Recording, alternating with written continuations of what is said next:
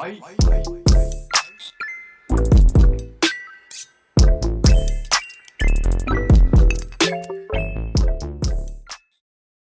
back to the Two Pointers podcast. I'm Trevor Everett. I'm going to be a little rusty. I'll just say it out front. I haven't done a pod since whatever date the Game 5 of the NBA Finals was. We were live with Grayson talking the post-game stuff. But congrats to the Nuggets once more. I've said that many, many a times. But since then, an entire NBA draft cycle process has happened.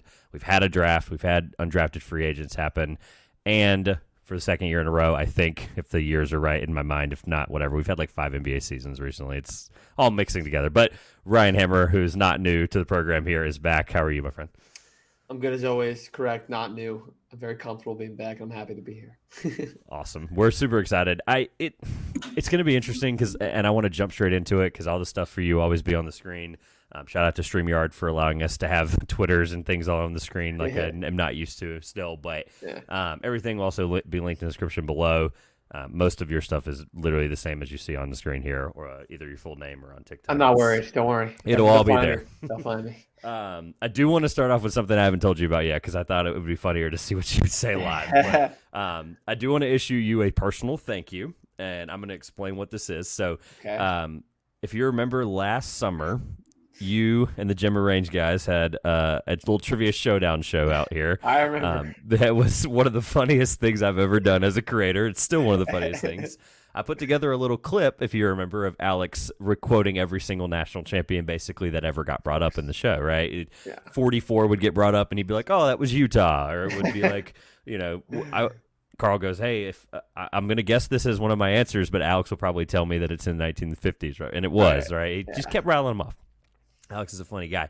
That Instagram reel went relatively viral for my sake, so thank you. And it also actually, funny enough, got found by a local radio station here in the Triad, which was really cool, which then partnered a relationship with some of the guys over at Tobacco Road Sports Radio, and now I'm a recurring guest on the show on Friday at 4 o'clock there. Because of Alex's national champion knowledge. I love it. Oh my God. Because of your appearance and Alex's fun. It was a long story there, but just putting it all together. Shout out to Michael Davis from Out of Pocket with Michael Davis on Tobacco Sports Radio. Just for having me on every week, basically. He found the Instagram reel and he was like, "This is hilarious. How can we do a show?" And I was like, "I don't know. Let's figure something out." So, that's funny. All things considered, that was just a fun thank you. So, of course. What we want to actually talk about, the Chris Paul trade has happened since I've done anything with a microphone in front of me. So, I really just want to. I've already made it. I've been on other shows. I've tweeted stuff about it, but I really just want to talk about it. Hear where you are with it. I think I have some concerns, but I just would like to just iron them out, kind of figure out where we are on it, just to make sure I have the correct parameters in front of me. Because a lot of people were like, people before this trade were talking about potentially going to Golden State straight from Phoenix. It was obviously a little more complicated than that. So let me just make sure I've got the full trade here. Shout out to Basketball Reference transactions window here. But Chris Paul basically was moved for Jordan Poole, right? More Jordan Poole and a conglomerate of picks. There was really nothing else in there that would have really changed my mind on either team or would have swayed anything. So I guess ultimately, where were you? What was your reaction on just knowing now that Chris Paul is now playing with Steph Curry? I was surprised. Just not like surprised more. I think just like I can't picture it yet. Him them playing on the same floor. Like I'm trying to picture them trying to close out a game in the regular season against like the Lakers, right? It's like tight in the fourth quarter, and it's Chris Paul, Steph Curry, Klay Thompson, and Draymond. I'm like, what is going on here? Like, what am I trying to pick? I can't do it. I like you have some concerns. I think Chris Paul is so smart and mature enough to be able to fit into any team in the league. I am fully confident in that. I feel like Chris Paul has been very polarizing since he went to the Suns and he became even more in the limelight because they became a contender and got to the finals one year. So people will start talking about him more, and people start hating him more or liking him more. I like him. I think he's a perennial winner to an extent because everywhere he goes, he wins. He wins more. They win more with him than they did the year before without him. But the fit is going to be weird. I don't know how they're going to be able to win a title. I don't think they will. So. Here, let's talk the fit out for a second because I'm with you. This is what frustrates me is even with the James Harden stuff in the past, right? Playing with Houston. We know that was James Harden, peak of his powers, MVP, 35 points per game, yet Chris Paul was still his second-best teammate, right? Like, which is just in and of itself, they probably should have made a finals. But again, ironically enough, they ran into the Warriors. The part about the Paul Harden thing that was so interesting was Harden could basically do everything. Nothing changed for Harden, right? If anything, he got better because there's a guy that's going to pass him the ball.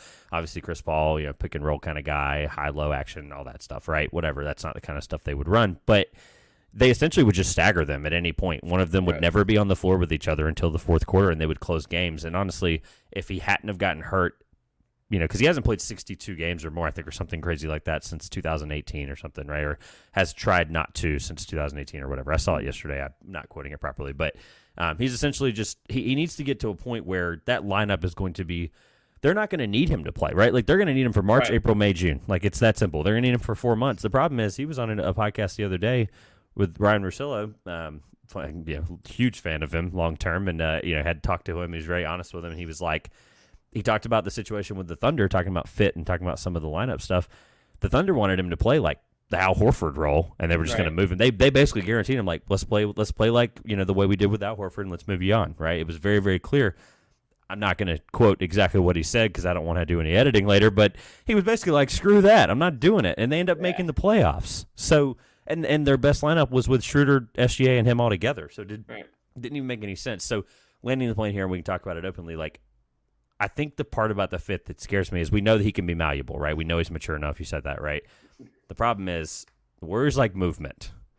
And if I'm a 38-year-old Chris Paul, movement with a bunch of young guys, Steph Curry, Draymond Green, Klay Thompson's not good for me, right? So I honestly think the only way the fit works is if he plays like 9 minutes a half until March, basically. I don't know. I guess I hear you saying. I just like they're gonna have to rely on them, obviously through injuries and just different rotational fits and who's hot, who's not. I said I was on with the EA basketball guys recently, and I said that like honestly, there's a world where Chris Paul wins Sixth Man of the Year next year. Like, why not? Because like I think one of them mentioned like bringing him off the bench. I'm like, yeah, I guess it makes more sense in the regular season for sure. And if he comes off the bench in the playoffs, he probably plays 30 minutes still, and starter minutes doesn't really matter. But in the regular season, like I don't see why it's a problem, and I don't see. At this point in his career, he couldn't win the Suns. They like, you know what? We're shipping you out, and then I think he's good enough and understanding enough to accept that role if that's what's going to become best of it. I like got to imagine that yes, he's had his beef with Draymond and Steve Kerr, but I got to imagine that he like respects them in terms of like basketball knowledge and the Warriors system and stuff because he's not. He knows he's not going in there and shaking things up to form around Chris Paul. He's going to form around Steph and company. So I think that's a logical thing that he could be like a legitimate Sixth Man of the Year type guy playing off the bench for 80% of the year. Yeah, going back to that, like the beef with Draymond and all that stuff. Yeah. Like going back to that Clippers series, that first one where the Warriors won the championship, that 2015 year, where like Chris Paul like just manhandled Steph that series. I mean, it was like he was able to get away with all of it because it was one of those things like that he was able to understand how to play the guy. And Steph, obviously, that was kind of like the first real big moment that he like took down him, and they obviously went on to win the title. But I think if I'm like you mentioned Steve Kerr, like the part of that is interesting. If I'm Steve Kerr, I was jumping up and down wherever I was when I found out about it because it's an adult in the room, right? I don't have to deal with Moses Moody, Jonathan Kuminga, James Wiseman, all these guys that they've had over the years. And honestly, I don't know if Kerr was probably happy.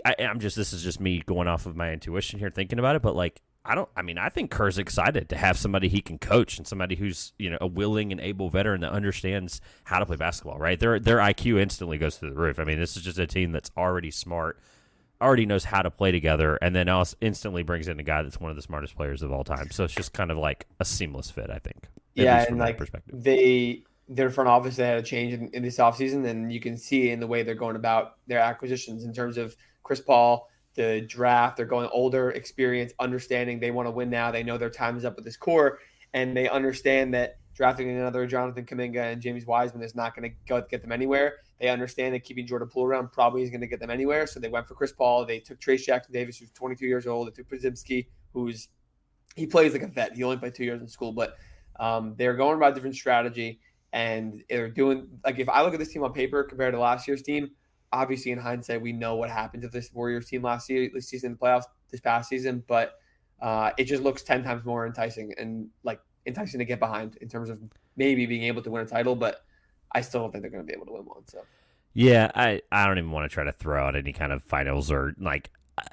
it's way too early. Well, no, but yeah. still, this is going to be their team. They're not going to make any more changes. So Regardless, yeah, because they're probably going to lose DiVincenzo to free agency, and that they'll probably have some kind of mid-level or something. Yeah, They'll get some guys on better minimums. People want to play with Chris Paul, so I think at the end of the day, because it's a long way. Free agency hasn't even happened yet, but at the end of the day, I do think ultimately it makes the West even more fun because at the end of the day, you're getting a guy who, if I'm, the list is very short of guys that just completely elevate and change a team since 2005. That's the year he was drafted by the Hornets.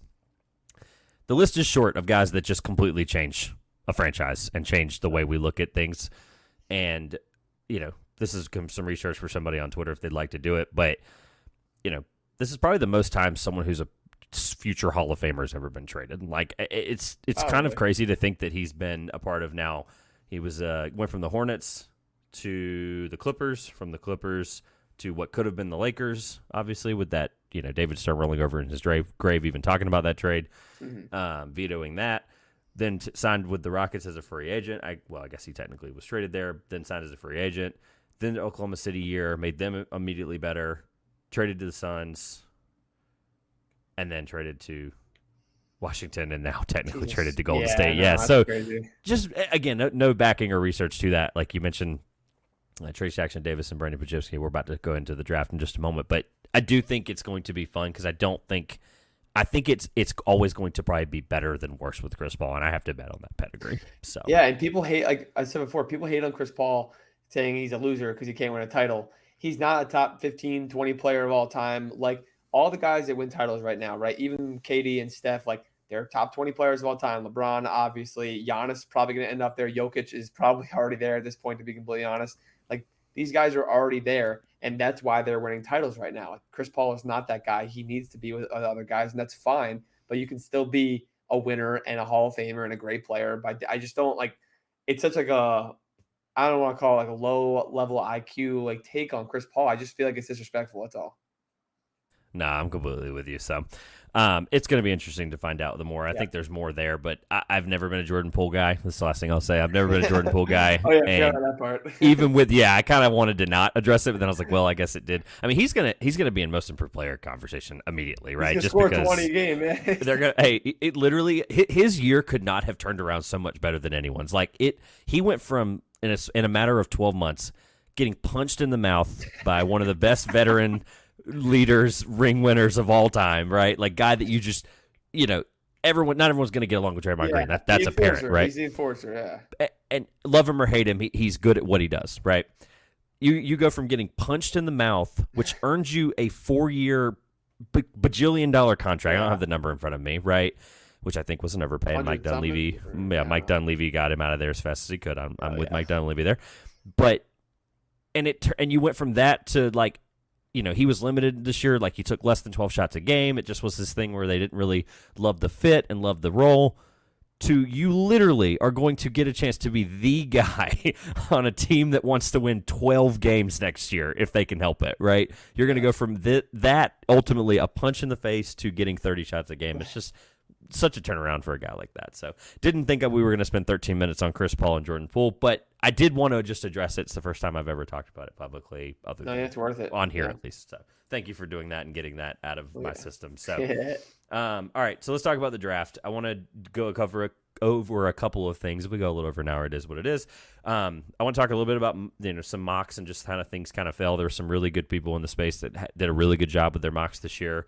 I was not one of them, which is why I want to talk about it. So, our team's draft, obviously, I think both of our teams kind of had a very good draft. I want to talk about that. Sure. Winners and losers, as always. People always do that. And then grades, just want to throw a couple of those out there. Undrafted free agents that we were impressed with. And then I have 2 questions at the end just to kind of put a bow on the NBA draft.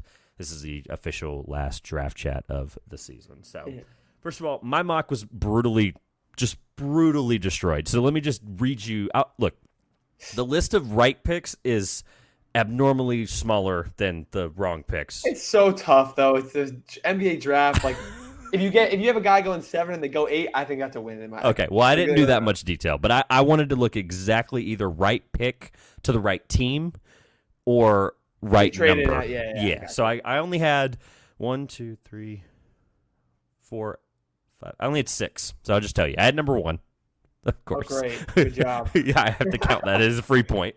I had amen to the Rockets. I ultimately think that I think the Cam Whitmore thing was probably more fake smoke than real smoke. They ended up getting him in 20. We'll talk about that in a minute, or 22, or whatever the heck it was, 21. I had the Pelicans drafting Jordan Hawkins. People were in the minority of. I feel like I was in the minority of actually like that pick. I know that puts him in a weird log jam position with guard. Don't care. They're trying to win. Shooting wins, and he's best available at that point, probably for them.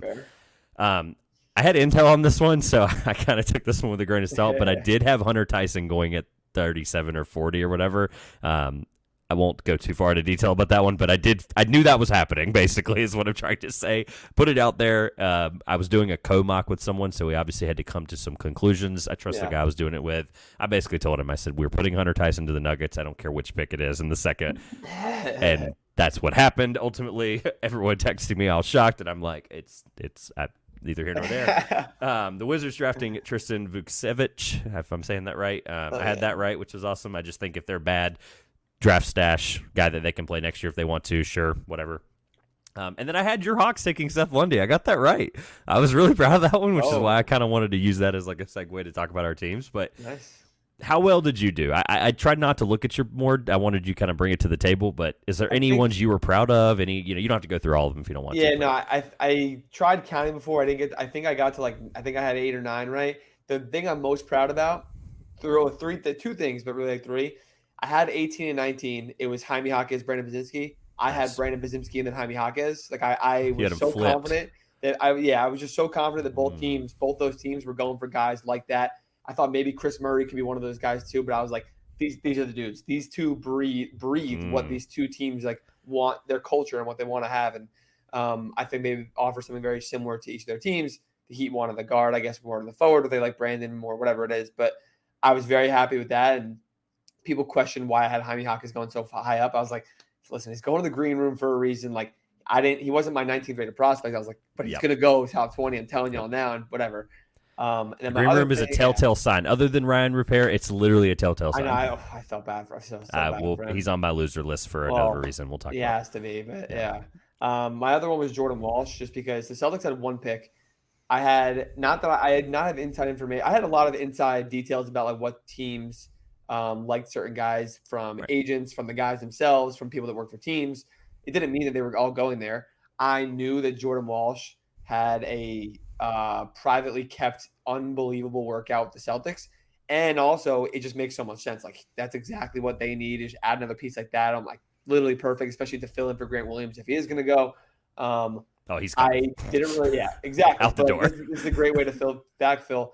Whether they were, so they started at 25 going into the draft. They were at 25. I put Jordan Walsh there. If I knew they were going to be at 38, I would have put Jordan Walsh there. Like it didn't matter to me. He was always going to the Celtics, my mock. So I was very proud that once they took him, I was like, not like surprised, but I was like, oh, it actually happened. All right, here we go. It took 62 tries because they kept moving that pick around like 4 different times. I know. I thought he was going to go at some point, but I think that they were confident that other teams didn't like him as much as they did.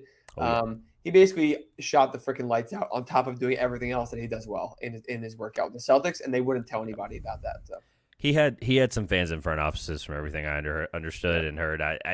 I'm not as high on him. We'll talk about our boards and kind of how some of that reflected in a little bit here towards Leonard Losers. But yeah, I'm very happy that he went to a place that I think makes sense for him. And ultimately, again, I think, you follow a lot of people in this space and you try to see, how other people feel about other guys, and maybe you can learn from that, et cetera. And you were always the Jordan Walsh guy that I would always remember. I'm like, okay, I know I'm not like, there's you, there's me, and then there's somewhere in the middle. Yeah. So I was like, yeah, that's fine. Like, I think he'll go to a good place, and I do think Boston was probably the right place. So any more? Keep going. Put Walsh. Any others?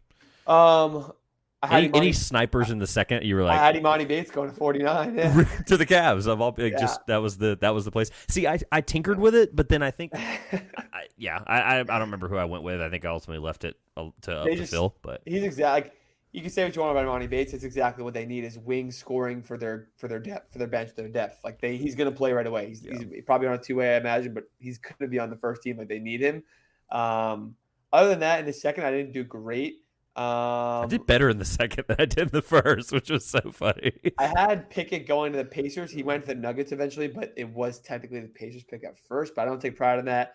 Other than that, in the second, I didn't have any like big snipes or anything like that. A lot of guys like I had Jalen Wilson a spot off. I had I think Isaiah Wong close. Like it's just what it is. Yeah. I love Jalen Pickett. I don't love him 32, love him, but I had someone who I trust as a scout text me and was like, He's gonna be fine, yeah. that they were texting me that he was going to be a Euro guy in 2 to 3 years, and I was like, I don't believe that whatsoever. I'm the opposite. I didn't think 32 good, but I love Jalen. He might be. I think he's going to be an NBA player. He also might be Andrew Nemhard like right away. To be honest, that's the comparison I keep getting of like where that was, right outside the end of the first, etc. Exactly. I'm trying to pull up really fast. You mentioned somebody at the end. We're talking about Pickett. Who were we just talking about? Cleveland. I had Cleveland taking Kobe Brown. Which, if he was there, they might have taken him. But he was gone 19 or 29 picks before that, or whatever it was. I was like, the Kobe Brown. I was like, oh my god! Like, I was getting up to like get some, right at the middle of the break there. They go to commercial, first to second round break there to give Tatum time to come up to the podium, and I got up as that pick was coming in, and I like literally, I remember walking in my kitchen. I stopped and walked 3 steps backwards and turned around and looked up, and I went, what? And I was, by the way, literally like 2 days before I turned my mock in, or I turned my board in, I'd put Kobe Brown up a few like spots, like probably 6-7 spots, and wasn't anywhere near 30. So, all right, let's talk about our teams really fast, and then let's get into winners losers. I have a lot of them. We'll have to rapid fire them, and then it's fine. Yeah. So our teams. Let's start with yours, right? So your team took Kobe Buffkin at 15, who I think was a relatively late riser in this process, had a really good couple of workouts, I think. A lot of teams were – I know he was floated out as a, not every guy can be a lottery guy, but, people were like, watch out, he might be a lottery guy, just outside of it, of course. And then I know that you like Seth Lundy, so this is not a conversation that will take very long because I knew this already. People knew this already. But the fact that he was there, you took him, and you're happy with him. So where are you, grade or whatever you want to say? We'll get to grades later, but how happy are you? So going into the draft, I was like, I just had this weird feeling we're taking Kobe Buffkin, and I'm not as high on him as everybody else. I think I had him like edge of the top 20, but I was like, you know what? He does a lot of things well. He can be our like Emmanuel Quickly type esque player, which I love, and we don't have that. I think it's a huge gap that people don't realize where the Sixers have Maxey, the Blazers have Simons, all these teams have one of these guys, combo guards that can just go crazy at times. And Jordan Poole was kind of that for the Warriors in his heyday last year. But I was really happy to get one of those. He's a good defender. He's smart. I was happy with the pick. Listen, I want Keontae George. I'm not going to lie. Like, are you kidding me? Like, I love Keontae George. I was like, bring him to Atlanta. He is the kind of combo guard that will score 30 on a given night. And you see the value in him there. I also understand they went Kobe Buffkin. I was ready for the pick. I like Jalen Hutchins also, but I was fine with it. And Seth Lundy, I honestly didn't even realize he was on the board. Like, it was so late in the night for me, and I was so tired, and my eyes were like pain. And then they said Seth Lundy, and I was like, oh my god! I was like, he's still on the board. I was very happy though. But we traded Ryan Rollins last year in the same way. We traded back with the Warriors, and I was watching TV, trying not to look at Twitter, and they were like, assistant commissioner was like, oh, and the Hawks take Ryan Rollins. I was like, no freaking way! That's awesome. I love that pick. And then I go on Twitter and he got traded. So I had to make sure that Seth Lundy didn't get traded. But I was very happy with both the picks realistically because I understand the Buffkin hype. So yeah, I think I landed Buffkin at, I'm looking at it now, 16. So I think that's just perfect, right where I thought he was worth. And yeah. I know he's not a wing, but you throw enough guard wings at the wall, eventually you guys keep throwing them at the wall. Yeah. Someone's going to stick eventually, right? So, and some of them have, right? Like, you're not going to get all of them, right? And that's just the thing Hawks have been doing lately. It's just they're going to eventually, one of these wings is going to break through, which AJ Griffin, I think, was a very good one that I was lower on. I think our draft picks have been good. It just like they have been, yeah. We just haven't been giving everybody the opportunity to completely shine, like for the most part, that they deserve. Like a Kongwu, like, all right, just put them in the starting 5. I don't really care. That's fair. But to your point, you're right. Like, keep taking complimentary guys like that can fill in, and like we're gonna be good enough. So one of them's gonna break through the standard role player ceiling. Like, one of them will be. We'll see. Trying to throw out a role player that's been really good. Like, one of them will be Kevon Looney, right? Like, Kevon Looney was a role player for a while and then just broke through and was an impactful guy for them. Seth Lundy, 3-and-D All-Star. Hey, you guys had 4 All-Stars in 2013 or whatever year that was, so nothing's out of the window. A possibility. I'll be really fast on the Lakers pick. I'm going to save my full thoughts for till we get to losers, but I think that was ultimately no, not them. I'll explain it later. Don't let me forget. When we get to losers, I'll make sure I explain it. I love it. I'm a JHS guy. I love him. I had him at 11 to finish the year. Very, very high on him. Love him. Can't wait to see him be a versatile positional defender, ball handler. Problem is he's 30% catch and shoot. LeBron likes catch and shoot guys. Believe it or not, his pull-up dribble three is better than his catch and shoot three, so he's got to work some of that stuff out. And then I had Max Lewis at 19. What am I, like 40? They traded with Indiana to get that, and Max Lewis, he stays in California, stays near Pepperdine. Like, he's going to get to play. Like, he's going to play a ton for South Bay. Don't get me wrong. He's going to play a ton for South Bay. But, like, and honestly, JHS might as well. But Maxwell Lewis at 40, I mean, I'm floored by this draft, and, like, my expectations were they were going to be, like, both those guys were going to be gone, and both those guys were going to be to somebody else right before us, and I was going to cry about it. So, yeah, I'm thrilled. I can't say anything else other than I'm with you. They were good picks. Max, I know that Pepperdine winning 7 games in the WCC actually rubbed off wrong on scouts, where they were like, 100%. Someone's got I don't care how bad the team is. You're in the WCC and you want to be like a lottery pick or a top 20 pick. Like, you can't win 7 games. Like, I do see a side of that. His defense was lackluster. It was more like focus, I think, than anything else. But man, he is one skill offensive player. I think it was great value. I think there's a chance that they get him into the rotation at some point later in the year throughout the season, because they're going to need random plug and play offensive guys just to like come in, score 10 on a random night. And he could definitely do that. So, yeah, he reminds me, I think his comp, I didn't do a ton of comps this year, I'll be honest, because I had to explain to 74 times on Twitter and on pods that it reminds me of, right? So it's complete. I think I mentioned to you the Keontae George one, Bradley Beal. That was just a perfect reminds me of. Like, if I close my eyes, I saw that. By the way, love the idea of Keontae George there instead of Buffkin, because I had Keontae mocked to Dallas at 10, and Reddit destroyed me, and I got like 72 extra comments on Reddit after the pick. So I just muted my notifications for Reddit. But you live and you learn. All right, let's do winners, losers, because I think there's a ton of these. I think winners are going to be the more fun thing we talk about, because ultimately it is based on the value of where you had guys. I mean, I think you're going to call somebody a winner because you like Pajemski, right? Like you know, sounds like that was something you valued more. I had him a little bit lower than most, so like I'm not going to necessarily call that a win. So I guess the question I would ask is, who is your biggest winner? Who walked away just grin on their face, ear to ear, ready for next season? I think when I posted something, I put the entire state of Texas. I like that. I saw that. Yeah. The Spurs, they really couldn't do much wrong. Like, even if they took me at 33 and you at 44, like, it just didn't matter. It just didn't matter. But they did well. I guess they traded out. They didn't want to take on 2. They took City at great value. And the Rockets are obvious. Like, good Lord, Cam Whitmore at 20 is wild. I don't care if the medical reports. He has a little extra cartilage in his knee that might be a problem down the road. Great. We'll figure that out down the road if it ever becomes a problem. We'll take it out and let him play next year or the year after. Like, and then the Mavs. I thought the Mavs were awesome. They got their guy in Lively. They would have taken him at 10 if they didn't find a trade, 100%. He's a great fit there. And they moved back 2 spots to get extra picks. And then they got rid of Berton's contract. They offloaded that. They took on Rashawn Holmes, who people don't like. I get that, but I think he's definitely going to be used in their rotation. And then they got a free pick for it to take Omax Prosper. Like, it was literally a free pick. I could not believe that the Kings did that. Yeah. The Dallas thing, I think I went back and forth between the last couple of days, trying to figure out where I landed on it. I would call it probably a win ultimately, just because if you love Omax that much, you're essentially.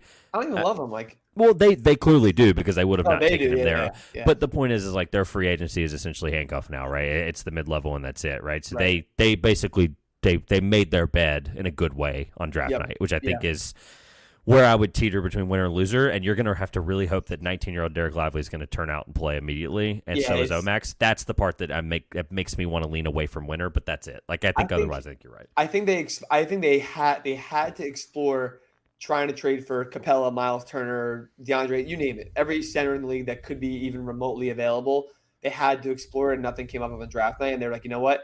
We can't wait and bank on getting one. Let's just go get him. Let's get one now. We think we see enough. Like, I think he's going to be in a great spot where he's not going to be relied on too much. And he's a great defender. He's going to be fine defending right away. Can he be on the floor on offense, like in the end of games? I think is going to be the big worry. That's all. I'll stick to teams before I get into some of the like outside the lines ones that are kind of fun to think about. Yeah. I'll give you this. I had the Mavs moves written down as winners still, even after what we just I tried to give you devil's advocate there. Of course. We talked about JHS and Max Lewis already. I'll give you this one because I know what I think I know how you feel about it, but then I want to give you my real winner that I was actually just like, yes, let's go. Yeah. If I liked Bryce Sensabaugh more, and I liked him going to, because he was so divisive this year. Like, I was in the minority of people that liked. I didn't have him in my top 10 like a lot of people did, or top 15 or whatever. I had him in the 20s, which is totally fine. The point is I think I kept saying he needs to go to a place like almost not necessarily a contender. Like, I think he would have been great in New Orleans, just somebody that would have played spot minutes and learned and grown and be able to reel in that offensive game a little bit better. I don't hate the Utah pick because I honestly think they're going to win more games than people think, just like they did last year. So maybe I'm talking myself into him live, but I think Utah is probably, because I hate when I do that. I love Taylor Hendricks. He was, let me just make sure so I don't misquote myself. He was 5th on my board. So love Taylor Hendricks, and I'm very happy to say he went there. I think he's going to be an unbelievable pick next to Walker Kessler. I love Keontae George. Had him at, let's just make sure again, one more time. Again, based on our own boards is why we would say winner or loser. Right, of course. Keontae at 10. So there you go. I was higher on him than most anyway. And then I guess now that I'm saying it out loud, Bryce, I'm pretty happy with, so, because of the role with Utah. And as long as they give him that Jordan, honestly, oh, dude, see, hold on, wait a minute. Jordan Clarkson, Bryce Sensabaugh. I could just see how that's a beautiful, beautiful marriage there. So actually, I'll just give you this. Utah, I think, was a winner. And then my real one that I want to discuss, and you can throw some Utah thoughts out there as well. I had Jarris Walker 3 since February, and Indiana traded back and still got him. Yeah. I don't care who the other 64 picks they made were. Like, I'm not even looking at it because I don't want to talk about it. Yeah. Jarris Walker being my 3rd best available player, they trade back and still get him. They're the winner of the night for me. Yeah, my worry for the Pacers was not worry. I was like, all right, Hendricks or Jarris should be available on the board for them. If it's only one, they take the one. If it's 2, I don't know what they went through in their workouts and stuff like that. But Jarris is probably a little bit of a better player and upside. I agree with you. They had a good night, and that was a great job. They moved back one spot. They obviously said to the Wizards, "Hey, who are you taking? Just so we know it's not our guy." And they're like, "We're taking Bilal Coulibaly," and they're like, "Great, you can take the pick." But I agree there. Definitely agree in Utah. I have been known as the biggest Bryce Sensabaugh hater you'll find. I think when someone puts together one of those community mocks or community boards of the high and low. The low was 40. I think I ended with Bryce at 34, 35, something like that. Wow. But I wanted to have him 39, 40. So just real fast, I had him 34, but I wanted to put something in my body was I let the people get to me too much. You know what I'm trying to say? Where I was I don't want to disrespect him too much, but we'll talk about that in a little bit. I wanted to put Lundy over him, Omax, Imani, City Sissoko. I wanted to do it, but I didn't do it. It was still good value was what I was trying to say. It was still good value at 28 because that is fine for me. Late first, great. You could take him if you want to take him, especially when you took 2 good players already for great value. Hendricks was my number 10. But I think he's worth a top 5 or 6 pick in the right team. And Keontae was my number 8, and that's my dog right there. So that was a great pick. Okay, so then the Bryce thing, I knew you were low, but I didn't know you were. And we'll talk about board influence at the end because I want to talk about it. I do think it's a conversation that needs to be put on a bow for this season. So, because I just give you an example. I had Bilal Coulibaly unranked in April because I was stubborn and I literally did not evaluate him or did not want to if I did already because I was so convinced he was a lottery pick next year. Right. And then I had a pod with Nathan Grubel from No Ceilings. Been doing this a long time, very respected figure. And he basically laid out this 5 to 7 minute case on Bilal Coulibaly, and I said, all right, fine. I texted him that night, and 3.5 hours later, I had Bilal somewhere in the 16 to 19 range. So and that's where he ended. He ended at 14. I ended him as a lottery pick for the year. So ultimately, I think we learn. And he made the quote is I've had to bleep it out, but the quote famously on this show was, he says, if it's my board, ultimately, sometimes you just have to believe it, believe it, and stick to it, and pick. Obviously, you could have done that with Bryce, and we'll talk about that at the end. So yeah. All right. So Indiana. Ultimately, I looked it up, and I actually don't like any other pick that they made. So it's kind of like they're a winner in the sense that they got my guy at 3. No, who and, I had at and 3. the So top influences the rest of it. Like if you do well at the top, it doesn't. The rest almost doesn't matter sometimes. So I think there's some value, especially since we evaluate so many people nowadays. But I didn't like Ben Shepherd for the placement. I know other teams liked him. I knew somebody in the first was going to like him. Pacers liked him, so whatever. I don't like trading Julian Strother whatsoever. But Denver said, we'll take him gladly off your hands, and they did. They traded Jalen Pickett to the Nuggets once more. The Nuggets draft Maxwell Lewis, traded to the Lakers, but that pick was via the Pacers, so that's another whatever, right? The Lakers draft Mojave King, and he was traded to the Pacers. I didn't have Mojave in my top 75 to end the year. So all things considered, and then they drafted Isaiah Wong. So I like Wong, I guess. I guess if I could put a bow on the Pacers part of it, but I don't know, man. I think they were a winner because they got Jarris Walker. Yeah, that's fair. When you put it in perspective like that, like I obviously knew they took.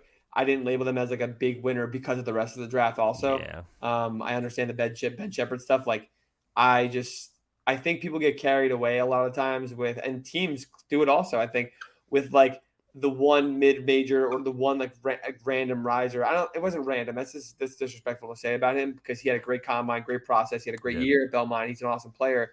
I just think people get carried away with like the mystery almost. It's usually international guys. That's kind of like maybe what it was with Bilal, if like he ends up not being great, but I do have confidence in him.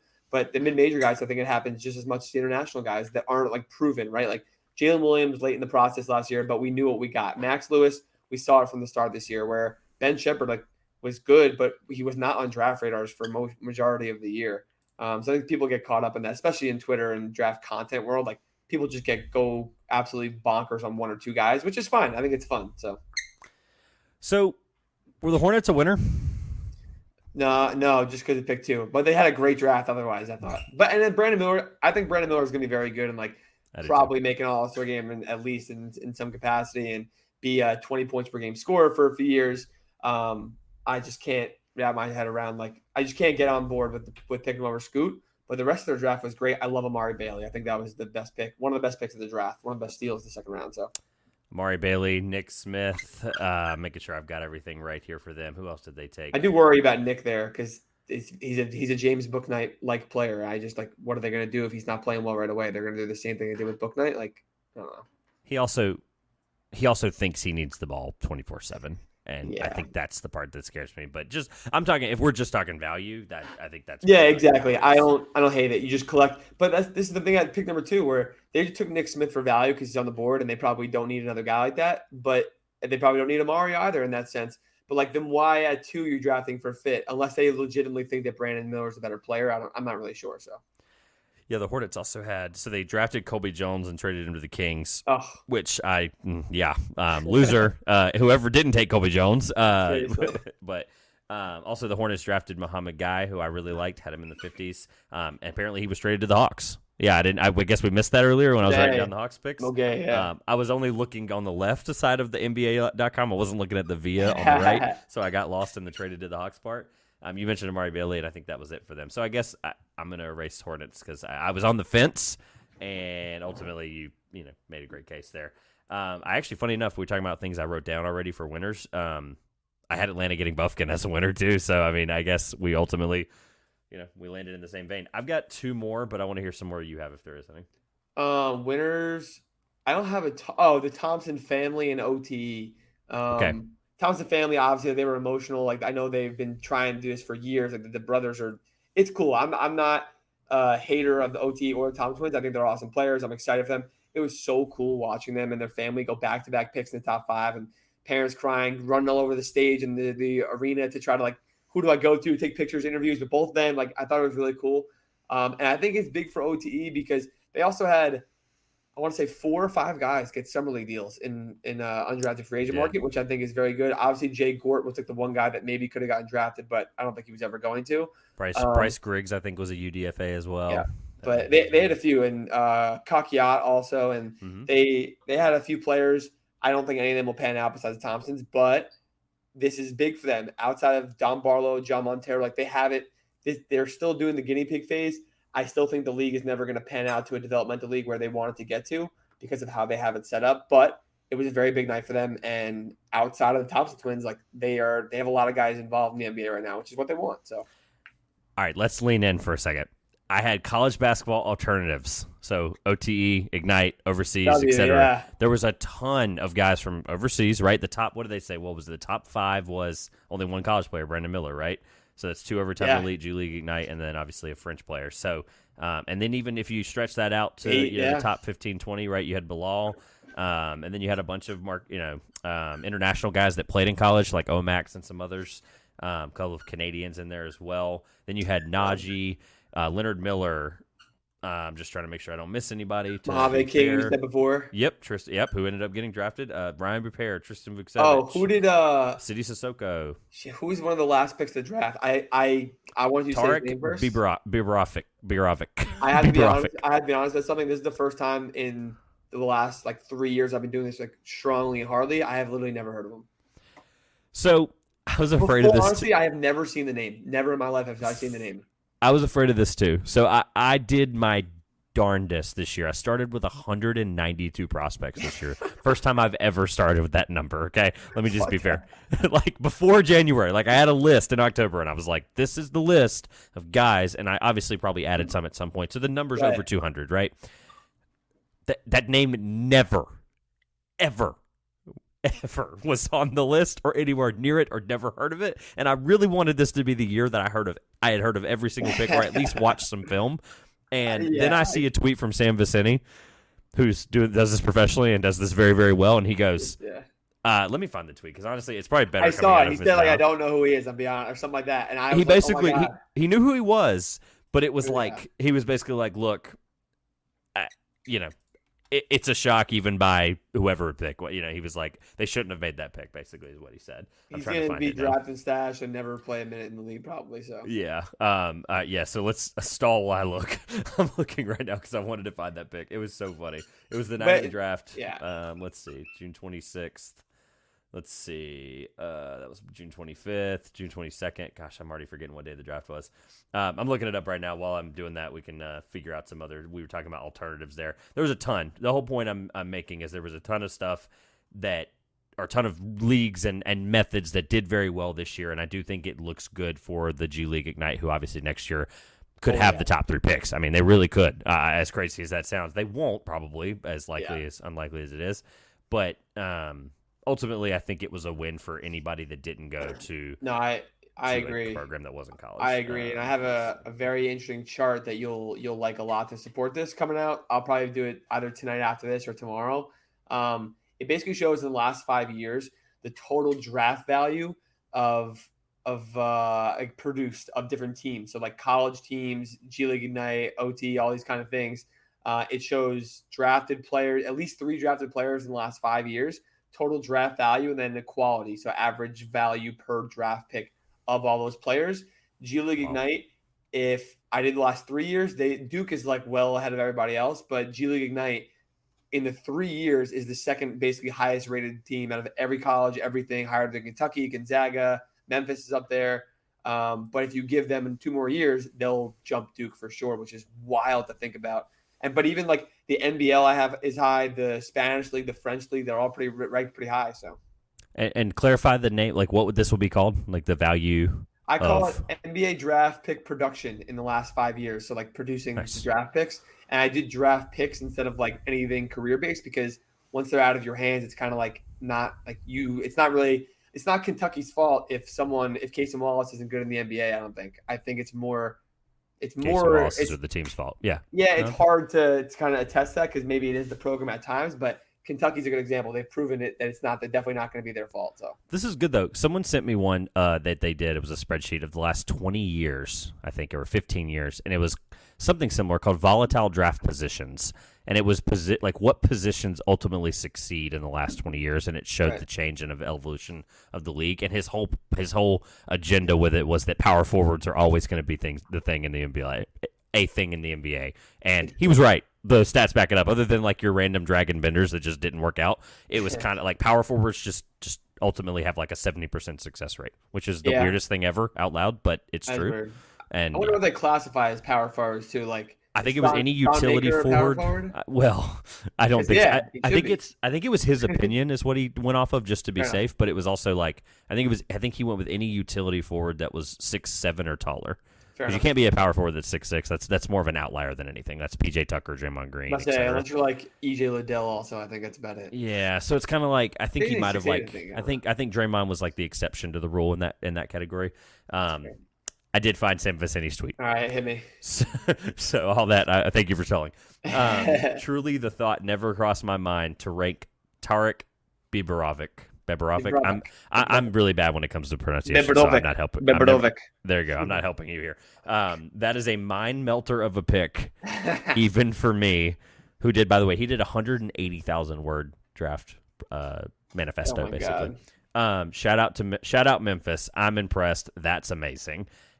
Below it, truly, that's not a shot at Memphis or Tariq or Tarek either. Only reasons I had him on a list anywhere is because of an early entry withdrawal from the 2021 NBA draft and has played EuroLeague minutes this year. Wow. I love when my brain gets totally melted by a pick. And then somebody I know like tweets back at him, I'm embarrassed by my ranking of him. I don't know what that means. But so anyway, Tarek was quite the out of left field. But yes, him and Gigi Jackson, what a duo of a draft night for Memphis. They are having some off season. I had Gigi as a loser because of just the fact he shouldn't have been taken that late. But my last two winners really fast. Really fast. We talked about college basketball alternative programs, OT, Ignite Overseas. I think it was just a great night for them. That was my biggest winner. I had them written at the very top. Colby Jones of Sacramento made me smile for sure. And then I think the Nets had a really good draft. I really do. I wasn't a super high on Noah Clowney, but honestly, I think I'm going to look back, and if he pops, I'm going to understand why I was wrong, and I'm going to not cry about it because he would be a shot blocking. He would basically be Nicholas Claxton, but with a 3-pointer. With a jumper, exactly. Which is awesome. Yeah. Which is awesome. Like, I'm there, right? Like, if I'm wrong on Clowney, who I eventually had at, let's see, 37? Like, if he gets second-round value, I think that's not bad. Like, I think that's a good pick. And then Whitehead, all year had him in the top 5, had him in the top 10, had him in the top 15. I had to keep him 5 spots higher than everybody all year just because of just the propaganda that I always felt was there. I finished him at 15, 1 spot above Kobe Buffkin. So, again, like it. And then I don't like it.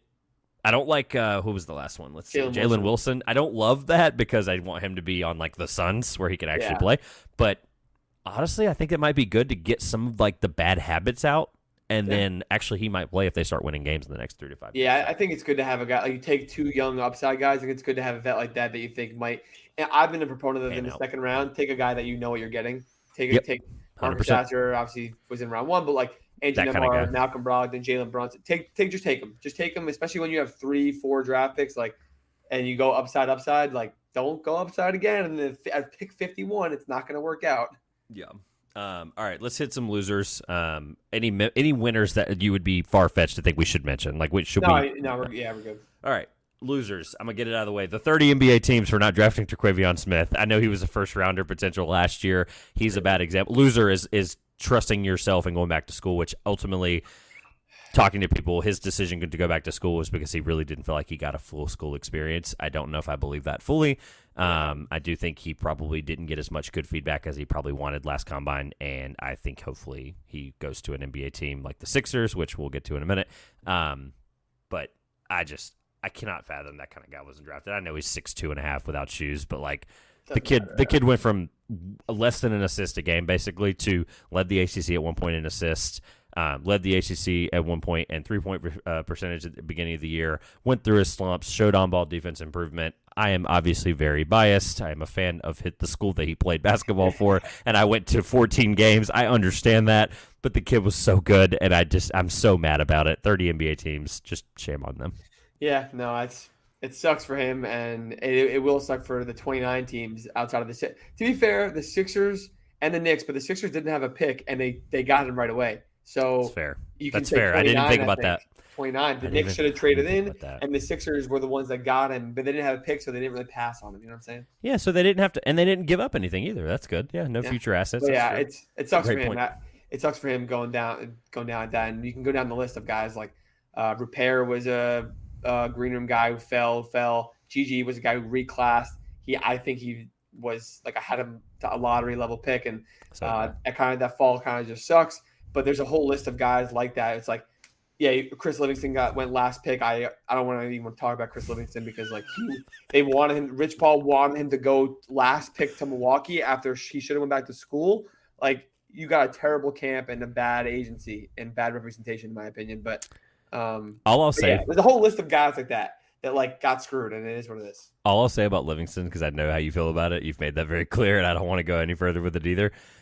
I do find it really weird that Shams was tweeting about him 35 days ago, and it was very, very cryptic and specific about Chris Livingston, about some of the stuff like that ended up transpiring, funny enough, wink, wink. And then to find the tweet, quote it, and it to be, I don't know. It was ready. It was fishy. It was almost fishy. I was like, I know Shams is connected more than anyone, but to just be that like, how much is Rich Paul paying him to tweet that? That's what I got to know. I think he just gave the information, and he was like, "You're going to be the one with it." And they know each other so well at this point through all stuff like this, and it's just so weird to like tell your client, "Hey, like, don't worry, like we have a guarantee. It's the last pick in the draft, but you want to go to Milwaukee? They'll treat you right. They'll develop you. You'll be the next Giannis, probably some stupid stuff like that. Like, there's no way in hell he shouldn't go back to school. Even honestly, like I thought he was going to transfer. I was like, he had a terrible year at Kentucky. Like Kentucky fans basically wanted to run him out. Like, just go back to school, transfer, go to somewhere else, dominate because he is talented and he can be very good. Because that's what the portal and NIL money can offer you. But I like, whatever. Never mind. Next. I love it. Who's your next loser, or who's your loser? I threw out Turquavion as. I mentioned a couple of those guys like Repair and Gigi. Like that kind of just sucks for guys like that. Cam Whitmore, I think, is going to be in a good spot for himself. But he also lost out on $10 million over the next 3 years, so that kind of sucks. Was it 20 or 10? Like I heard it was I did 20. I did the math on the rookie scale contract. All right, good. It looked. It was 10. It was about. It could range from anywhere.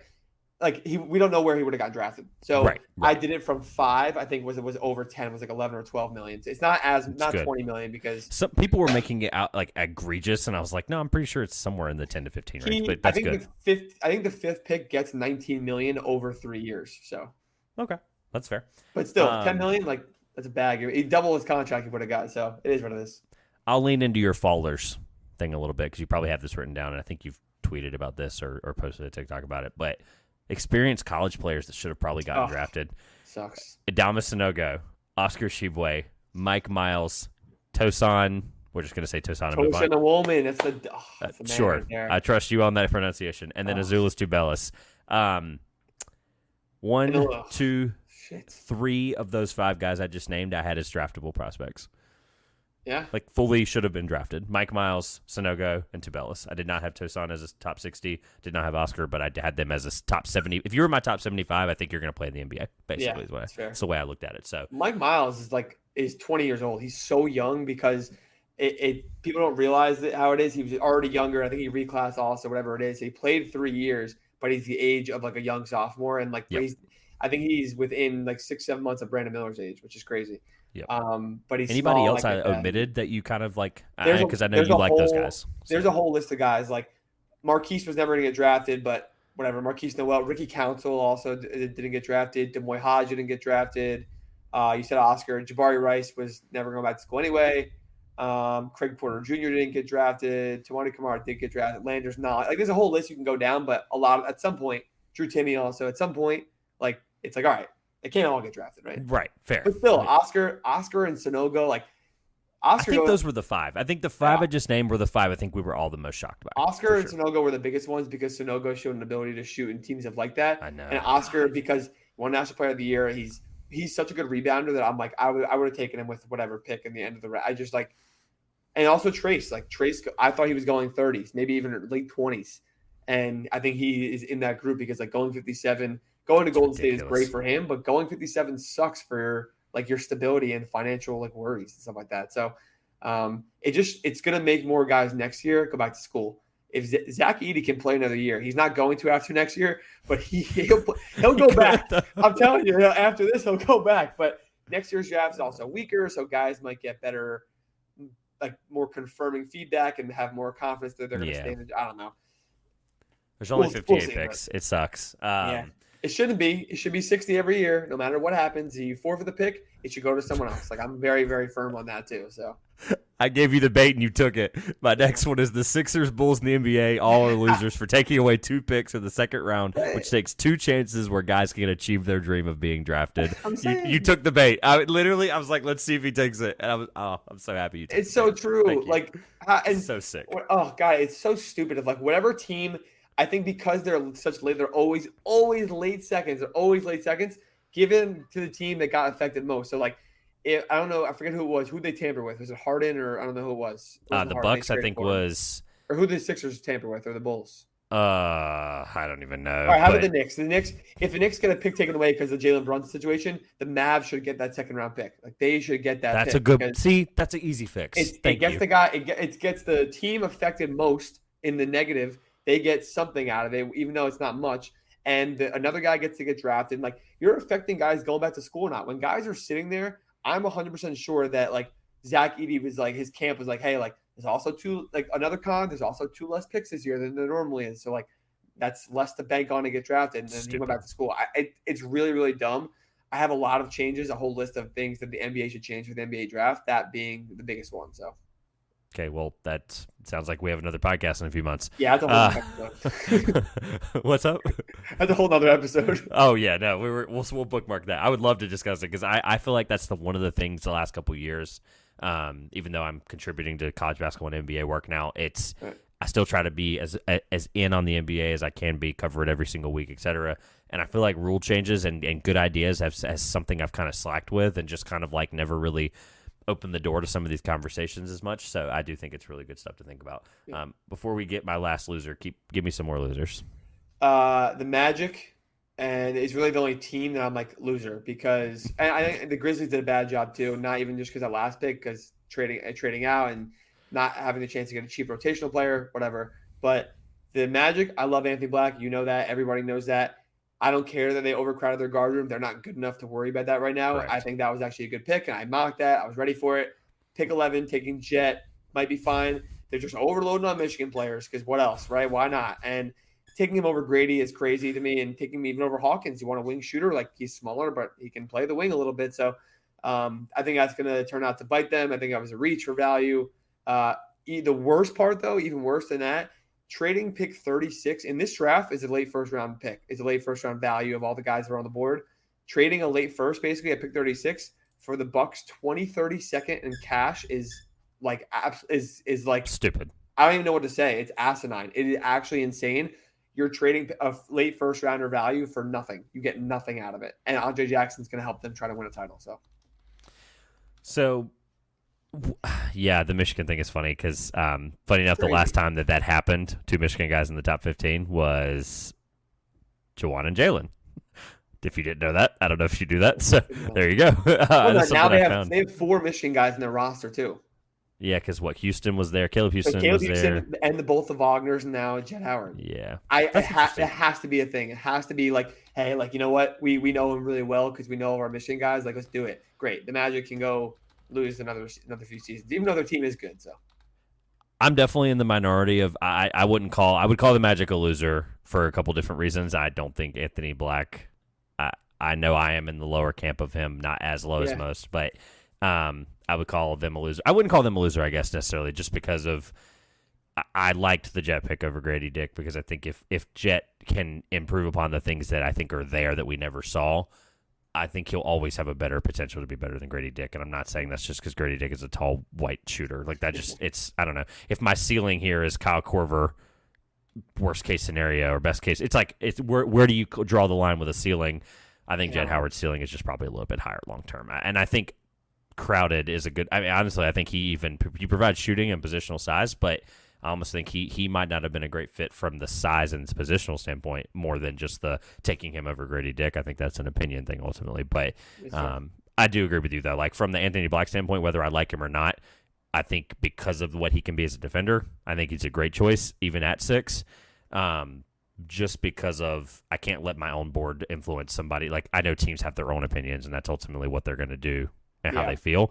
And Anthony Black, I agree with you because of I wouldn't call him a loser just because of ultimately. I'm trying to figure out the best way to word this, but like it's gonna be tough. They're not good enough though. Like I'm with you. I think that's a great point. They're not good enough to worry about that. And ultimately, Yeah. I think it is what it I is. just think they love Markel Fultz, but they wish they could have had him from the get-go, from the beginning of his career. Obviously, he was number one pick, so they couldn't. And I think they're like, you know what? We're gonna have a better chance with it. We're gonna have that chance with Anthony Black, who's bigger, better defender, and like with maybe not more upside than what Markel came in the league with, but similar upside with different, more balance of two-way ability. So I think there's a lot to like. And with Jalen Suggs not panning out as great as they thought so early on, although I have a lot of confidence in him. His ceiling is definitely lower than mine, so I get it. Any other losers? I think I had another. I don't know. Not really. I think we got through most of them, for me at least. I got my last one: the broadcast and the tweeting of the picks, and just Oh the whole crap storm that it Shams. always is every single year, right? So I appreciate Woj for taking the high ground. Yeah. Here's the issue. We can't give him Say that it, much credit, right? Say it. We can't give him the issue, right? Maybe we're not on the same page about this. Maybe not. He takes the high road to focus on the broadcast, and the broadcast blows. Like he didn't make it any better or worse. They would pan to him and do the thing that he would normally be tweeting, right? Yeah. They were like, "Hey, what are they thinking, or what are they doing, or what are they this?" And then the broadcast at one point addressed Shams' picks. Yeah. Is that what you were thinking? What were am I on the same page here? So Woj said like, I'm actually not going to be tweeting out the picks, and I was like, oh my god, thank you God. Obviously, the Shams stuff is the worst. So two things about it. At one point, I think it was midway through the first, Woj started tweeting the picks again. At some point, he started tweeting some of them or something. He only did one or two because it was tied to a trade that he had to report. And then I agree with you, still shouldn't have done it. I was still pissed. But the other thing was he had to do it because of a tie to the trade. And then it was almost the way he worded it was like basically an FU to Shams that he got the information first about. It was the Bryce Sensabaugh pick. It was the Jazz had a pre-draft love and targeting of Bryce Sensabaugh. Yeah. And they have 28 here now because of da-da-da-da-da. And it was like just information jargon, and it was stupid. And but the other part about the Shams stuff is that like Shams would tweet it, and I muted him for the night. But then Legion Hoops and NBA Central, and they all, per Shams, the Bryce Sensabaugh is going here at 20. I'm like, oh my God, shut up. Like, none of us want that. No one wants that. And the problem is, like, I really got frustrated. Like, they don't acknowledge that, where Shams won't acknowledge that. Fine. These accounts are literally just going to keep doing it and doing it. I'm like, nobody cares. It's never going to stop. You don't need 100 retweets and 1,000 likes on an extra few tweets just because you're reporting the pick that Shams is already reporting. If people want to see it, they'll go to Shams. Like, it's so simple. Yeah. I hate that part of the draft. The only thing you can do, I mean, and it's honestly, you can do it, but every single year you can mute the words. I mean, it's not fun. It's not the way we want to do nothing. it. But my timeline is empty. Fair. Yeah, then it's literally like, wait, there's some wrestling event going on or baseball game on? Awesome. So cool. All of your NBA stuff goes out the window. It is what it is. I think here's what I told you I would not forget to come back to. I had this as a loser because I wanted at least to find out 17. I wanted to find out as he walked across the stage. Yeah. JHS, because I was super excited, love JHS, and I can't believe he fell to 17. And it's not a loser from the Lakers or JHS's perspective. It's the fact that I found out by accident because someone in a group chat, not even Twitter, someone in a group chat, you know how when you like look at the bubble of the group chat and you can see it ahead of time, or like you can see like the preview of it. It was basically like you can see you can see the preview of the you see like exactly right. Somebody was like messages. Oh my God. It's the 9 people I talk to the most, so it's just like whatever. I don't have to find them later. But it was basically like, hey, oh my gosh, what a pick, or like I can't believe, and it was like alluding to Indiana base. I was like, what the like, and then I was in a Twitter space with Spurs fans, just hanging out, having fun with Evan Townsend and some of Spurs community.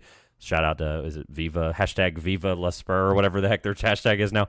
Poor Vida. That's it. Yeah, whatever it is. Oh but then I literally said, like, because I was a speaker in it and I was talking about the draft as it was happening with them, and it was a great time. Shout out to them. But I said, when we get to 17 or when we get to the end of 16, don't say a word about it. And I turned it down, and I was not on the stage at the moment, so I turned it down as low as I could, and I still hear someone mention the tweet from Shams about it. And I was like, so I literally tried my absolute damnedest to not hear it, and I still did. So honestly, I'm still bummed out about it. So you're the loser of the draft night then, basically. Basically, yeah. Or the tweeting of the picks because of that. And yeah, I'm angry about it still to this day. So I hope Shams. I'm just gonna. What I do is I make it through the lottery, and then honestly, I think you need him on from like 25 this year They to go like so fast. well, Oh my God. the not even that. It's the trades that like Boston traded those seconds like 44 times. They did 25 to 31, 31 for 34 and 39, and then 34 for 38. Right. And like a second. I was like, oh my God. And the broadcast, by the way, didn't announce one of those at all because they knew how far behind they were, so they said, screw it. And the other thing is people are texting me, right? And I'd rather talk to people via text who aren't spoiling the pick because I know who to talk to and who don't. Right. I think I texted you at one point, congrats on Kobe or something like that. So it's like, and I knew you were like this. I knew you didn't want to look at the tweets either. Yeah. So that's why I waited till it was safe enough distance after the pick. And then I was basically like, somebody would text me and be like, I think blank would be a good pick here for blank. And I would go, hey, buddy, just so you know, it's not. It's actually been traded 6 times tonight. And I would because at that point I was already like, screw it. And I kept up with the picks. That stuff is always tough. Like, you're right. It happened so fast where who was it that got drafted? I think Pickett got drafted. And I was like, wow, that they wanted to get a second Andrew Nemhard. Like, I'm about it. And then I was like, I think I tweeted about it. And someone was like, he's going to the Nuggets. And I'm like, even better. Oh, my God. Yeah, exactly. There was a couple, like the Sasser. Like, there was Celtics fans like, oh, my God, we got Marcus Sasser. This is amazing. And I was like, who wants to tell him? Does he know? So I was like, all right, whatever. The Celtics would be crazy. There was like 9 of those chances where it was like, do they realize they're not getting this guy? Yeah. And then whatever. Anyway, now I wish that we had Marcus Sasser. It's all good. He could have been there, man. I got to see him this year. He was unbelievable. Yeah, he's all right. Let's throw out, because of time, I do want to get to some UDFA stuff, and then I have 2 questions. Give me your best grade that we didn't talk about, because if we talked about them already, that's fine. And then worst grade. You said I know you tweeted grade that we didn't talk about? So if we already mentioned like Utah or whoever, like that was up there at the top, that was A+ winners, like what's the best grade you had left, or what's the best grade that you think is worth mentioning, and then worst grade? Like which team you're saying, right? Team, sorry. My worst grade, I think I went with who did I mention? The Magic, I think. Yeah. I tried not to look at the tweet. That's why I looked at it vaguely, so I don't remember. This is more for pod's sake. Here we go. I just pulled it up real fast. And the Suns, I had a C. I had the Bulls at a C also. The Mavs, the Celtics we talked about. I had the Celtics at an A because of all their draft pick corralling. And the Blazers. I want to talk about the Blazers. There we go. Let's do that. I think it was great. I don't think I'm happy they didn't. They definitely explored trades. I'm happy they didn't force a trade for a vet. They took Scoot at 3, easy, take him 23. I think Chris is great. He's a vet college player, and he can help now more than other guys in that range could have. And Repair was great value for long-term elite defensive tools. Could be a really good 2-way player. He's a great guy to have in your organization to play for. What are they called now? Like Rip City. They changed their name, their G League affiliate, but it's called like Rip City something, I think. Yeah, Rip City. Whatever it is, but I think the Blazers did a really good job of not forcing themselves to go. They probably had offers, but they were like, that's terrible value, and I'm happy they didn't do it. And I'm happy they're probably still going to make some kind of trade, and if they trade any of those young guys, then it immediately gets rescinded. It sounds like my dreams were crushed because I thought Chris Murray, I had him mocked to the Kings. I really wanted to happen. He fit. Like, I was just like, I think I wrote in my paragraph for it in the mock that Phil and I posted. I was basically like, if you have a chance to get a guy that positionally fits, who was really good in college, who could shoot, and also is a brother of one of your best players, I'm like, you take that and you run with it. And then the Blazers like just crapped on that party, like one pick. Probably would have taken him the Kings too if he was there. Well, like, how could they not? Well, because of the Mavs trade and stuff like that. That's what throws all this off, because that pick was in the Mavs trade. Maybe they traded that because Chris wasn't on board. Chris, that may be. We'll never know. That might be no. Hopefully, maybe we will find out. I'm with you though. I think the Blazers are a good winner to kind of talk about, or a good grade. I guess we're down in grades now. Just a really good grade all around for them. Repair's ridiculous value. I think the only thing I would say is just like, I know the Dame trade, hindsight's 2020, because or Dame conversations. They sat down last night and had really in-depth conversations. It sounds like they're going to try to make moves to win around him. I know at this point, I think they have so many good young assets, they just need to blow it up, but or fully commit to it, I guess, at least. But I do think the Blazers were winners because some of those guys can play now and some of those can't. So yeah, for sure, it's good. All right, who is the worst? I know you said or the lowest grade per se.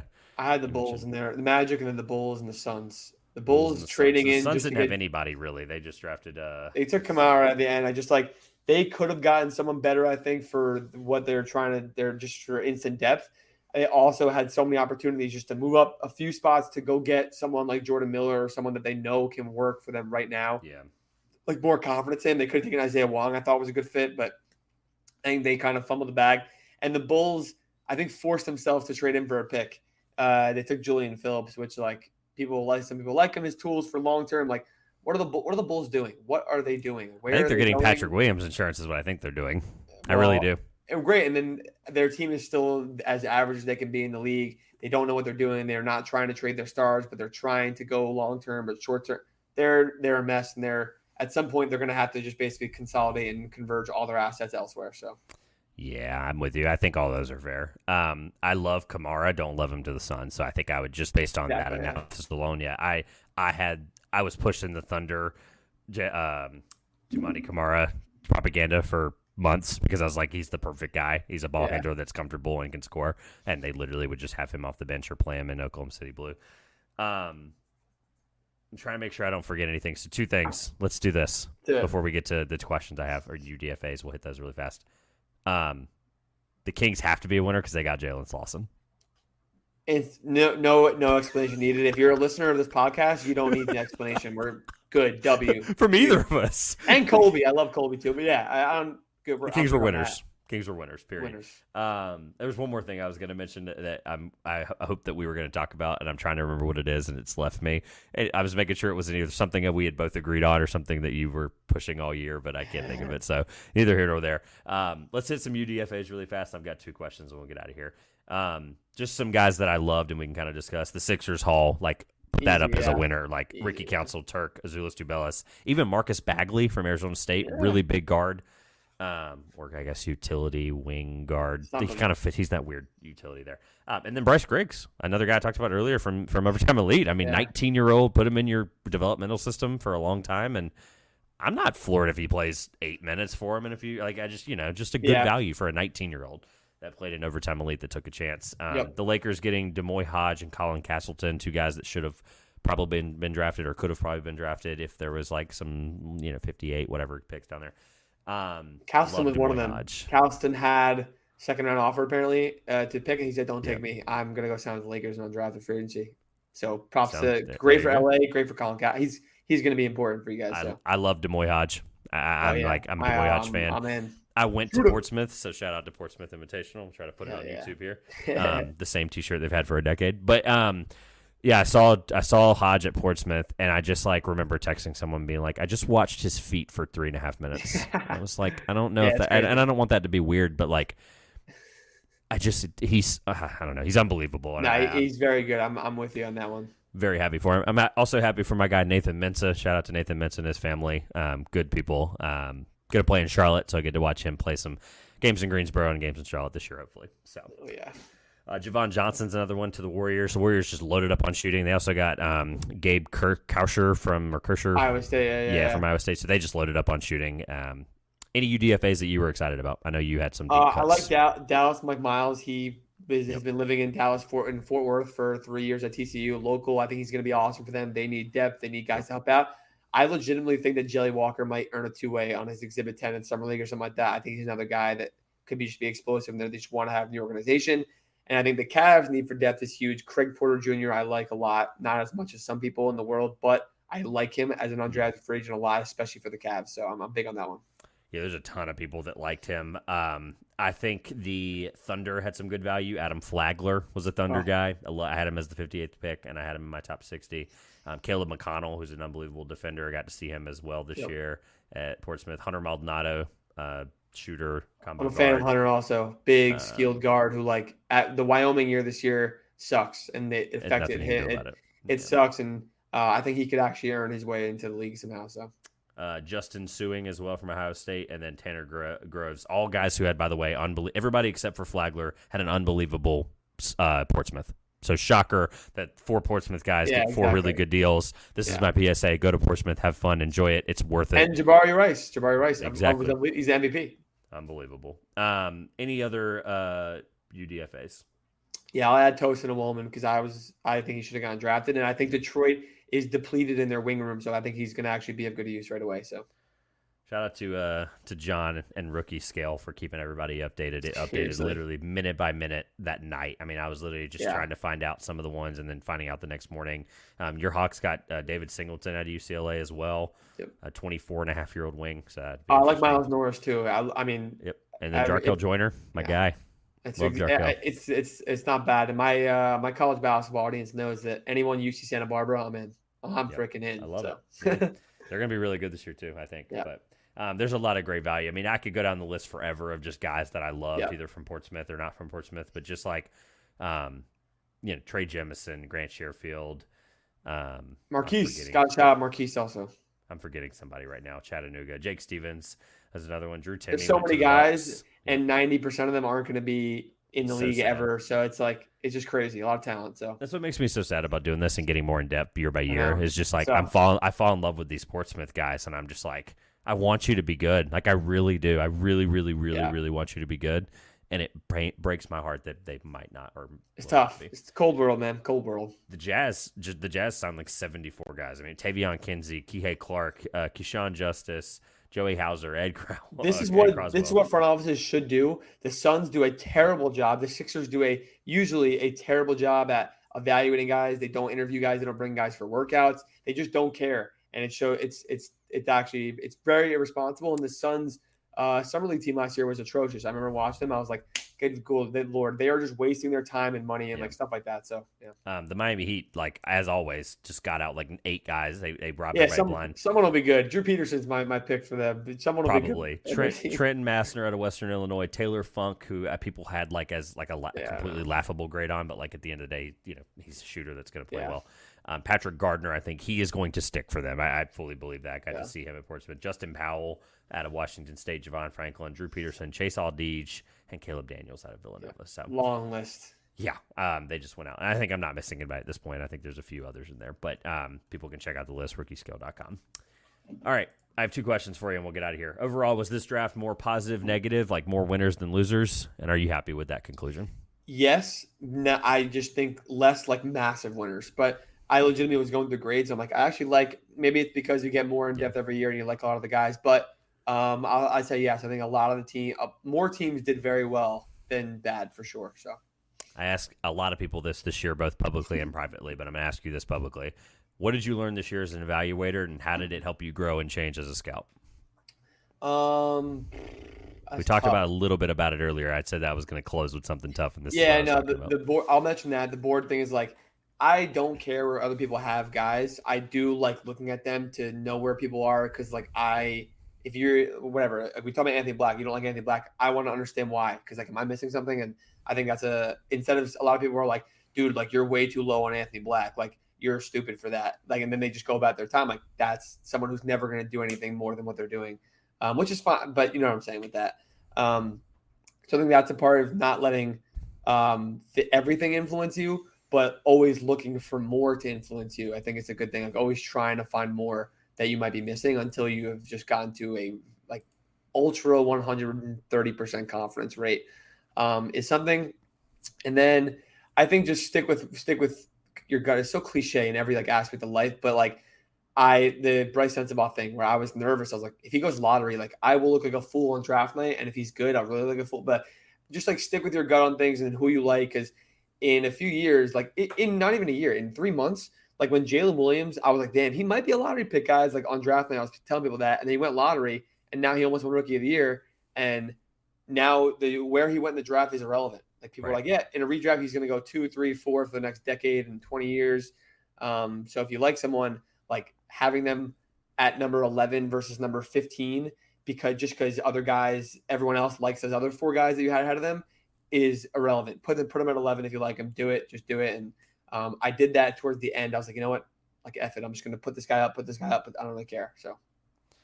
Yeah, I think we landed in the same place this year. I do think we all just need to be nicer people to each other when it comes to evaluations. I know Reddit is not the nicest place in the world, but shout out to Reddit for giving me and Phil and some other guys at House Enterprise thousands of views on our draft articles because people hate read and hate watch, and it is what it is. I can't change that. I'm not going to change the world with that statement. But I agree. I think I'll elaborate a little bit. I think that you need to pay attention to people that do know what they're talking about. And I think that, that's not from an intel thing. It's from I'm trying to think of an example of somebody that you had that I maybe disagreed on, where I was like, okay, I know what you know what you're talking about, and I believe that, right? So yeah.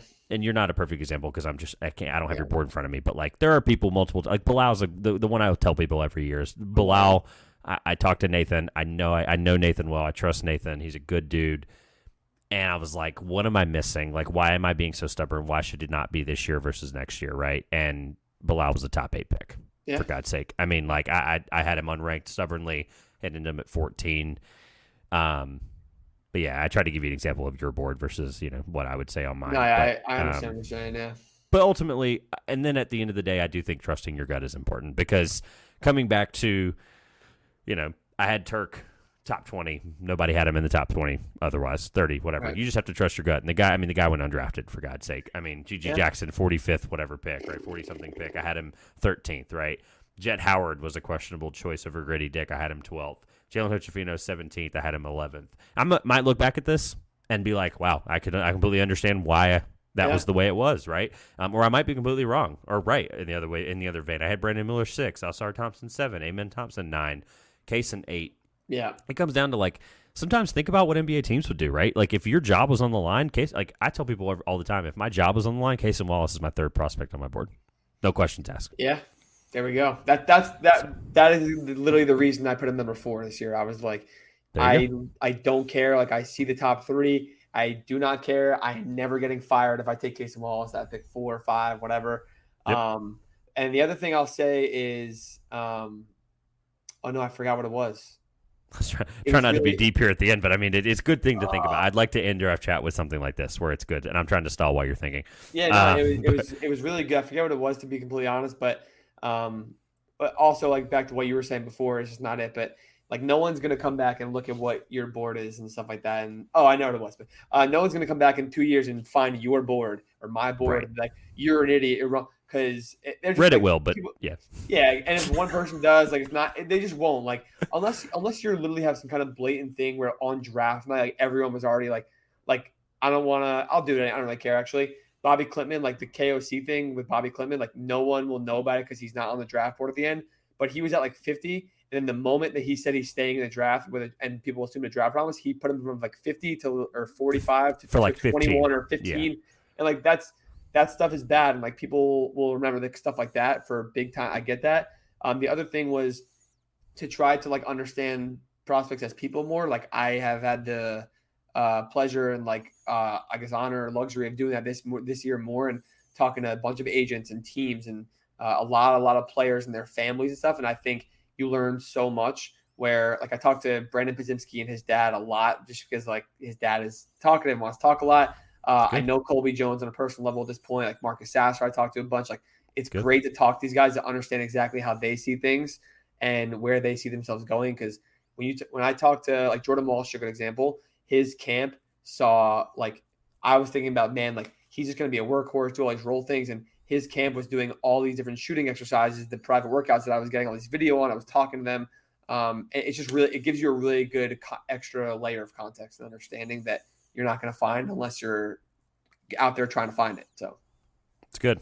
I love that. That's a great. I'm glad you remembered that. I'm glad that came. I know. Back up. I'm glad it came back up because that's a really, really good way to end it. Yeah. So, man, Victor, Scoot, generational guys. We probably thought most of the year, and then stuff got weird. I don't have a beautiful monologue ending to this like I might have had for the NBA season. I wrote like a 2,700 word NBA season monologue, but just stuff like that. You can always compartmentalize things in certain ways, but I'm very happy with this year. I'm very proud of myself. This is just a small little thing I want to say. I'm very proud of myself. Like I said, starting with 192 prospects and cutting it down to 75. I mean, I used to do top 30s and that was it. And I used to just write them down in a notebook. So to get it to a point where it's like, here's 6 versions of my board where you get to watch me and critique me from January to June and just see where I feel, the way I feel, and just the kind of year that I was able to have with just talking to people and having fun doing this. So I'm very, very grateful for all of this stuff with the draft. And I, by no way am I a draft person. I love it, but the NBA and college basketball are always going to be the thing that I will always want to prefer, and the draft bridge the gap. It's great. They're hand in hand. They coincide completely. So yeah. All right. Plug away. Everything is on the screen for you. Well, your Twitter and apps are right there. So yeah, anything that you're working on, you want to throw out there? I mean, I know that you said a couple things, but hopefully at some point we'll see. I definitely will you be in summer league? Will you be at summer league? Yes, I will be there. Will you be there? I will not. I unfortunately did not time it out well this year, but push comes to shove, I will be in summer league next year. That is the plan and the goal right now because of the way vacations are going to fall and some of the time off and stuff. If I can help it, I will be in summer league. It will be my first time in Vegas, and I'm very, very excited. I won't be there the whole time, but I'm going to try to figure out a way to. Well, not the whole time. Yeah, they start on Thursday night. I think this year they start on Friday afternoon, actually. But because they're doing like the Sacramento Classic and the Salt Lake City Classic and all this other stuff. I'm like, whatever. But I think so. Friday and Saturday are usually huge, and then by Monday everyone's gone. So I'm staying until Monday. I wish I was staying until Tuesday just to appreciate Monday of no one being in the arena because Saturday and Sunday are gonna suck. But whatever. Yeah, I'm gonna go see Victor. I'm gonna make sure I see Victor take one jump shot, and I'm like, great, I'm done. I'm good. Yeah, and I'm gonna need all the tips behind the scenes I can of like I know Victor won't be there next year probably, or if he is, or somebody like that won't be there, but it'll still be exciting, and it's becoming a thing that I think more people go to than used to. Yeah. So I look forward to it, and I'm again trying to figure out a way to make it a vacation with the wife and try to be there for every second I can be. Smart. So don't know how I'm gonna pull that off, but we're gonna figure something out. So, but good luck, have fun at Summer League, and thank you for coming on as always. Of course, I love being here. Thanks for having me on as always.